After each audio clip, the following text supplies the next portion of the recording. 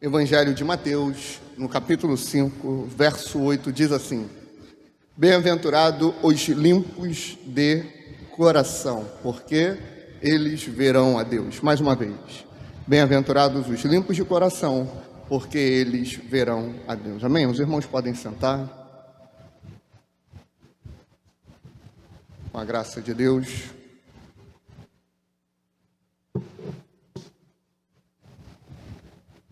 Alô.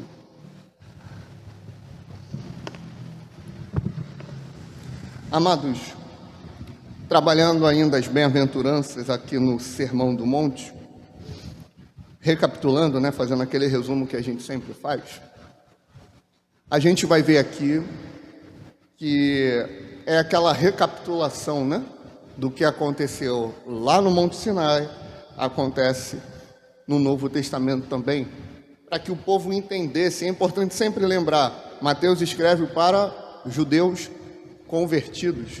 Então ele tem esse propósito de mostrar a superioridade da nova aliança em relação à antiga, a superioridade de Jesus em relação a Moisés. Mais ou menos o que o autor aos Hebreus faz ali nos seus 3, 4 primeiros capítulos, mostrando que Jesus é superior a anjos que falavam no Antigo Testamento, é superior ao sacerdócio levítico e é superior ao próprio Moisés.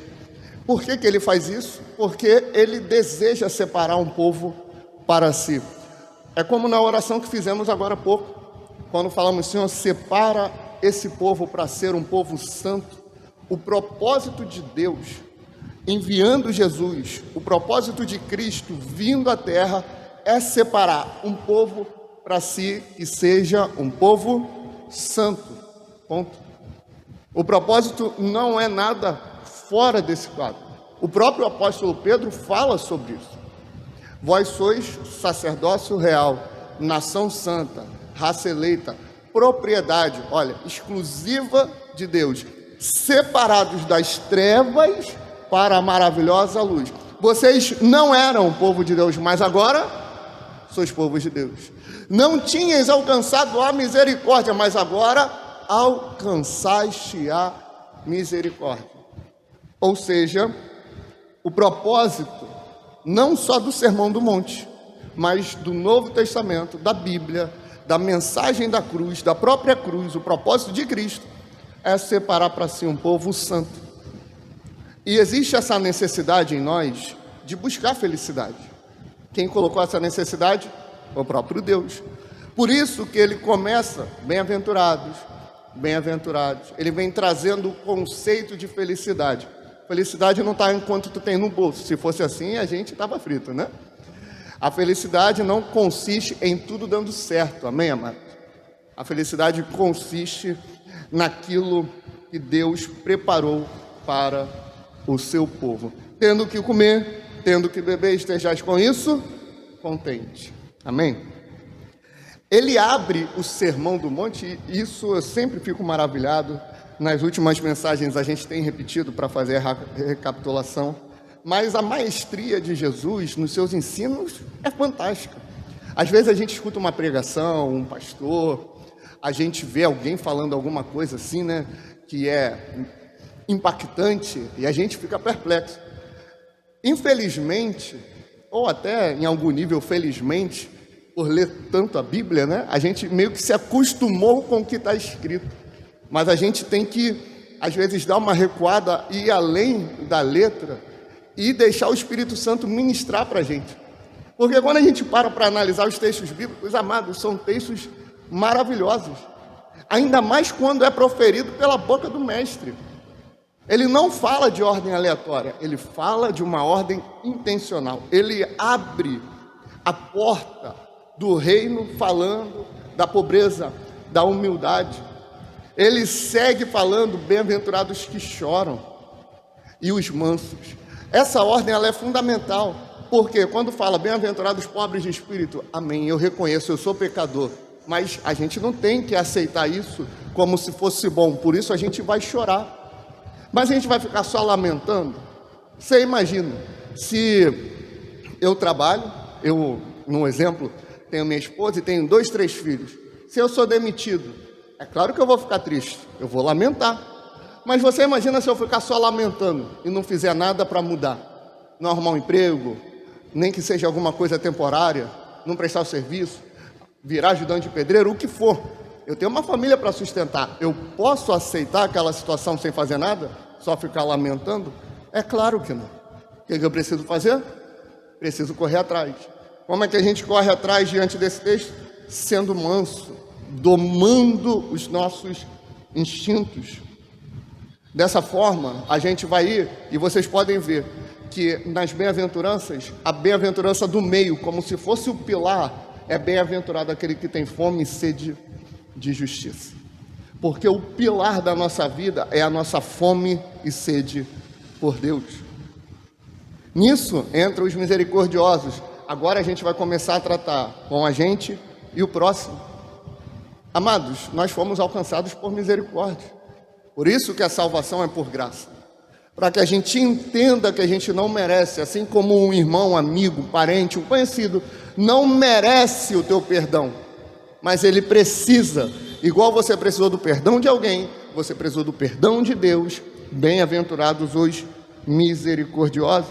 E aí ele vai entrar ensinando sobre os limpos de coração, porque eles verão a Deus.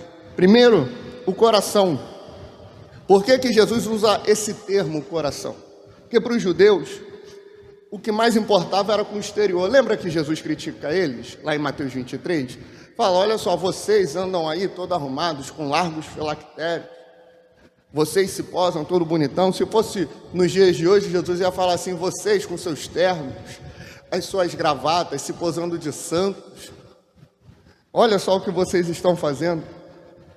Para eles importava mais o exterior, mas não era só para eles não, para a gente também. Nesse mundo que a gente vive hoje, vocês vão ver muitas pessoas falando, se preocupe com a sua imagem, eles chamam de arquétipo, né? Se preocupe com o seu arquétipo, a forma como você se apresenta, porque a primeira impressão é a que fica, é o que vai marcar. Então tu pode ser um bandido, salafrário, corrupto, o que for, mano. Mas se tu estiver bem apresentado, aquilo ali vai te trazer um impacto. Não estou falando para você andar feio, não. Não estou falando para você fazer assim. A minha esposa está fazendo eu andar um pouquinho mais bonito de vez em quando, né? A minha irmã não conseguiu, a minha mãe também não, agora ela está tentando. O objetivo dela é fazer eu me alimentar melhor e fazer eu andar um pouquinho mais bonito. Está conseguindo? Não, né? Deus seja contigo, varão. Então, amados, não estou fazendo coro que a gente tem que se vestir mal, que a gente tem que andar desarrumado, não é isso. Só que a preocupação máxima deles era essa. Jesus vem em contrapartida. Jesus ele não vem para fazer coro com os judeus. Não que ele veio fazer uma guerra contra o que ele mesmo ensinou no Antigo Testamento, mas com o que eles estavam vivendo naquela época. A hipocrisia que eles viviam naquele momento. Nesse momento aqui, Jesus está fazendo um paralelo com a segunda bem-aventurança. Olha, vocês vão chorar, porque esse choro vai trazer essa limpeza que vocês precisam. Enquanto os judeus, aquele povo, a nação, naqueles dias e hoje, se preocupa com o exterior, Jesus ele se preocupa com o que tem dentro. Olha o que diz o capítulo 12, verso 34 a 37 de Mateus.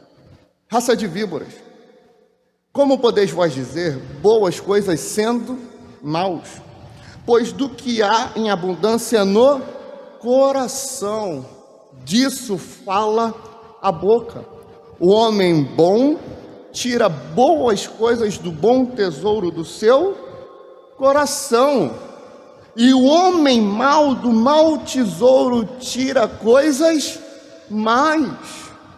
Mas eu vos digo que toda palavra ociosa que os homens disserem, hão de dar conta no dia do juízo, porque por tuas palavras serás justificados, e por tuas palavras serás condenados. Olha o que Jesus está falando.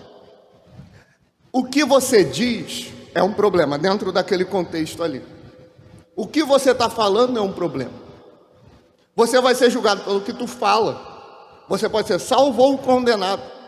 Só que Jesus, ele trata o problema.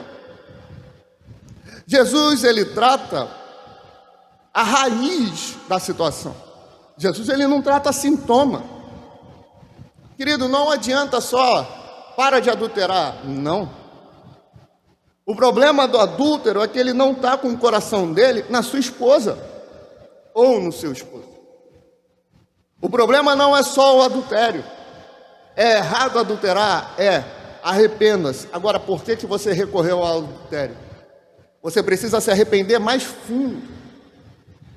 É por isso que existe muito adúltero que só se arrepende depois que é pego no flagra.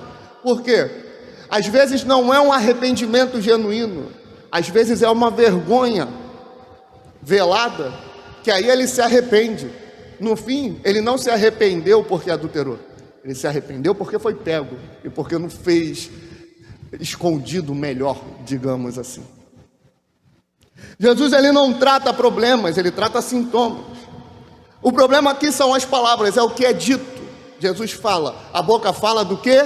Está cheio no coração. Por isso vocês são peçonha mortal, são raça de víboras. Jesus falando para ele. Então cuidado, povo. Cuidado. Não cuidado apenas com o que você fala. Não adianta só parar de falar, porque esse pecado vai se manifestar de outra forma na tua vida. Então não é só deixar de falar, é mudar o coração. É mudar aqui dentro. A transformação começa dentro. Não adianta só botar o roupão. Não adianta só mudar o penteado e se vestir como crente. Tem que ter um coração de crente. Um coração verdadeiro de cristão. Capítulo 23 de Mateus, a partir do 25, Jesus, ele vai ter ali um contato mais incisivo com os escribas e com os fariseus. E ele vai falar assim para eles: ai de vós, escribas e fariseus, vocês são hipócritas, pois que limpais o exterior do copo e do prato, mas o interior está cheio de rapina e de intemperança. Fariseu cego, limpa primeiro o interior do copo e do prato, para que também o exterior fique limpo. Ai de vós, escribas, fariseus hipócritas, pois que sois semelhantes a sepulcros caiados, que por fora realmente parecem formosos, mas interiormente estão cheios de ossos mortos e de toda a imundícia. Assim também vós, exteriormente pareceis justos aos homens, mas interiormente estáis cheios de hipocrisia e de iniquidade. Ai de vós, escribas e fariseus hipócritas, pois que edificais os sepulcros dos profetas e adornais os monumentos dos justos, e dizeis: se existíssemos no tempo de nossos pais, nunca nos associaríamos com eles para derramar o sangue dos profetas. Assim vós mesmos testificais que sois filhos dos que mataram os profetas. Que Jesus está falando? Vocês são como um sepulcro caiado. Se você for lá no cemitério do Irajá, por exemplo, ele não é esteticamente agradável. Mas se você for aquele que tem do lado do cemitério de Judeu, no Caju, né? Lá no Caju, aquele ali é bonito. O pessoal que tem a moeda, né? Vai para lá. É como se fosse isso, o sepulcro caiado. É uma coisa bonita por fora. Mas, irmão, sepulcro bonito ou sepulcro feio, o que é que vai ter dentro? Osso, morte, podridão. Fariseus e escribas, vocês são isso. Por fora muito belos, mas por dentro só tem podridão. Mateus 15, 19. Porque do coração procedem os maus pensamentos, mortes, adultérios, fornicação, furtos, falsos testemunhos e blasfêmias. De onde vem todo o mal que acontece no mundo? Vem do interior. É por isso que o Estado, ele é insuficiente. É por isso que o governo é incompetente. É por isso que os políticos não têm força de mudança, porque eles tratam sintomas. Colocar o bandido na cadeia para proteger a sociedade. E eu não estou fazendo coro que o bandido tem que ficar solto. Tem que prender para proteger a sociedade. Só que aquilo ali não vai recuperá-lo. O que recupera um homem, amado? O que recupera uma mulher? É a palavra de Deus. Porque essa palavra, ela é como uma espada afiada de 2 gumes, que tem o poder de penetração da alma e do espírito, juntas e medulas, e é apta, presta atenção, para discernir os pensamentos e as intenções de onde? Do coração. É por isso que você não resolve o problema impedindo as pessoas de cometerem. A pessoa sempre dá um jeito. O viciado, enquanto ele não toma para si o conceito do que ele faz, de como ele erra, enquanto ele não assume para si que ele é um dependente químico e vai para uma clínica de reabilitação, se ele não corre atrás, se ele fica em casa só assim, não vou consumir, não vou, uma hora ele cai. Quando ele fala assim, não, eu não sou viciado não, eu paro a hora que eu quero. Não consegue, como diria Silvio Santos, não consegue, né? Não consegue. Porque não assume para si o que está acontecendo, não assume o sintoma, o problema, só vê o sintoma. Não, eu fumo quando eu quero, eu vejo pornografia quando eu quero, eu vejo ali, eu uso droga quando eu quero, na hora que eu quiser parar, eu paro. Lê do engano. Enganoso é o coração mais do que todas as coisas e perverso. A gente popularizou, né, Jeremias 17:9,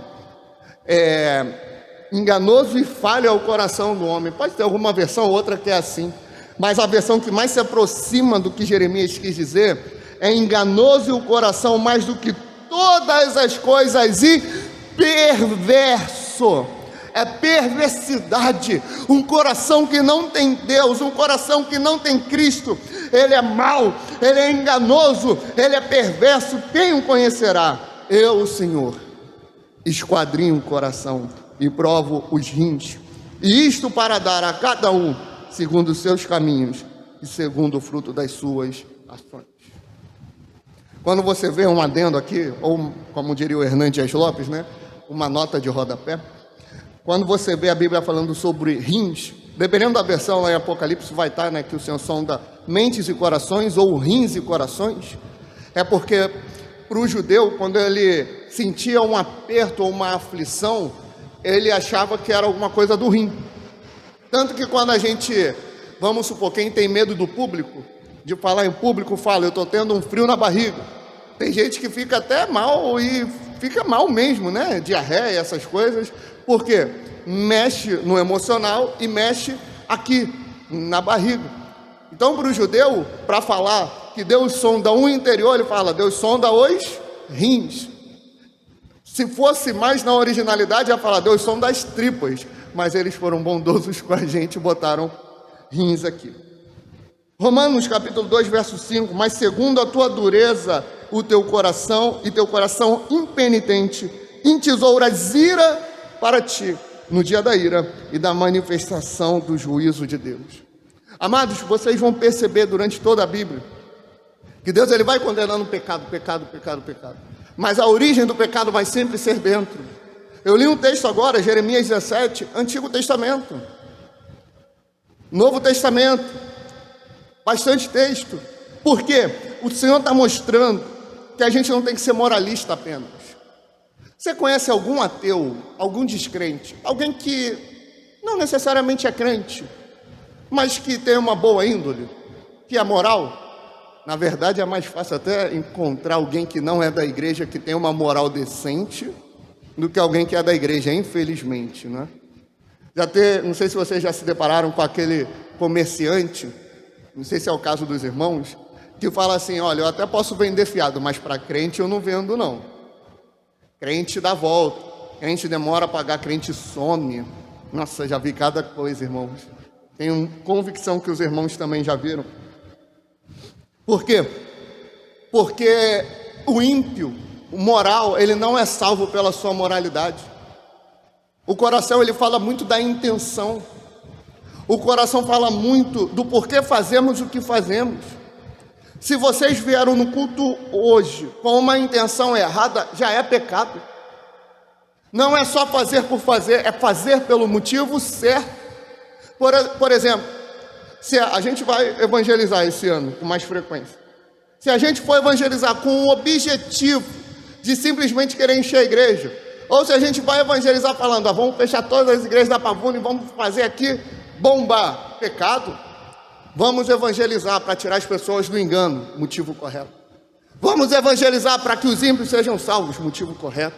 Vamos evangelizar para que não percam a esperança na igreja, motivo correto. Dependendo do motivo, podemos fazer algo que é certo, mas pela motivação errada, é pecado, enganoso e perverso. É o coração. Por isso, Provérbios 4:23, sobre tudo que se deve guardar, guarda o teu coração, porque dele procedem as fontes da vida. Então Jesus, ele fala do interior, mas ele fala, bem-aventurados limpos de coração. O que é o limpo de coração? Limpo, ou a limpeza, vem do grego kassaros, ou kasaros, que significa pureza. Esse termo era usado para se referir à retirada de contaminações de ouro. E como é que eles tiravam a contaminação do ouro? Eles colocavam no fogo. Tira da prata a escória e virará uma prata para o profundidor, diz o Antigo Testamento. O ouro ir para o fogo simboliza essa purificação, e não só essa purificação, é uma purificação com sofrimento, é uma purificação que dói. Por isso que esse termo também é usado para limpeza de roupa suja. E amados, a limpeza hoje é até relativamente simples com a máquina de lavar. Há tempos atrás, quando era muito inacessível ter uma máquina de lavar, que era mais difícil ir na mão, mas você tinha um tanque, você tinha água ali, só abria a bica. Você tem um sabãozinho em pó, nesse tempo tinha isso não. Você tinha que separar um dia na semana, ou a cada 15 dias, ou um dia no mês, para pegar os trapos, ir até o rio e ficar lá. Já viu os filmes bíblicos antigos? Aquilo ali está bonito ainda. Era terrível, e tirinhaca, e o calor, esse calor aqui está muito grande, vai ver lá na época. E limpa, e limpa, e limpa, e limpa, e limpa, e limpa. Todo esse processo é um processo doloroso. Todo esse processo é um processo difícil. Todo esse processo é um processo que dói. Casaros também significa a separação que se fazia do trigo e da palha. É essa purificação. Casaros também é a separação que se fazia no exército, retirando os soldados fracos e medrosos e deixando apenas os valentes. Casaros é fazer essa purificação, tirando aquilo que é ruim, tirando aquilo que é fraco, tirando aquilo que nos afasta de Deus, para nos levar mais próximo a Ele. Por isso Romanos 8,13, porque se viverdes segundo a carne, morrereis, mas se pelo Espírito mortificardes as obras do corpo, vivereis. Salmo 24, 13 e 4, quem subirá ao monte do Senhor, ou quem estará no seu lugar santo? Aquele que é limpo de mãos e puro de coração, que não entrega a sua alma à vaidade, nem jura enganosamente. Colossenses 3, 5, mortificai, mortificai, mortificai, pois os vossos membros que estão sobre a terra, fornicação, impureza, afeição desordenada, vil concupiscência, avareza, que é idolatria. Salmos 86, 11, ensina-me, Senhor, o teu caminho, e andarei na tua verdade. Une o meu coração ao temor do teu nome. A purificação, ela é necessária. E a purificação, ela vem através de um processo de dor. Amado, como é que um homem que é viciado em pornografia, que tinha uma vida devassa, como é que ele vai passar por uma purificação de verdade? Ele vai ser provado e ele vai precisar resistir a isso. No exemplo, pode ser aquele homem que está lutando para resistir, se converte. Isso acontece muito para quem tem uma vida dessa forma pregressa antes de estar no Evangelho. Começam a aparecer dezenas e dezenas de mulheres que ele tanto desejou no mundo. Ele vira e fala: pastor, meu Deus, eu estava lá no mundo, queria elas não me queriam. Eu vim para a igreja, eu me converti, agora estão todas elas aí. É por esse processo doloroso de resistência que ele vai precisar passar. É um processo que dói, mas ele é fundamental, porque aqueles que têm um coração limpo, esses verão a Deus, esses terão contato com Deus, esses terão proximidade com o santo e com o verdadeiro. Ver a Deus é impossível. Está na Bíblia, João 1,18. Deus nunca foi visto por ninguém. O Filho unigênito está no seio do Pai, esse o revelou. O que isso quer dizer, amados? Ver face a face não é possível, pelo menos não aqui. Apocalipse 20, quando o Senhor se revela, fala que dele fugiu a presença dos céus e da terra, e não se achou um lugar para ele, se referindo ao próprio Deus, a grandeza e gloriosa manifestação dele. Então, o que é ver a Deus? O que significa estar com ele?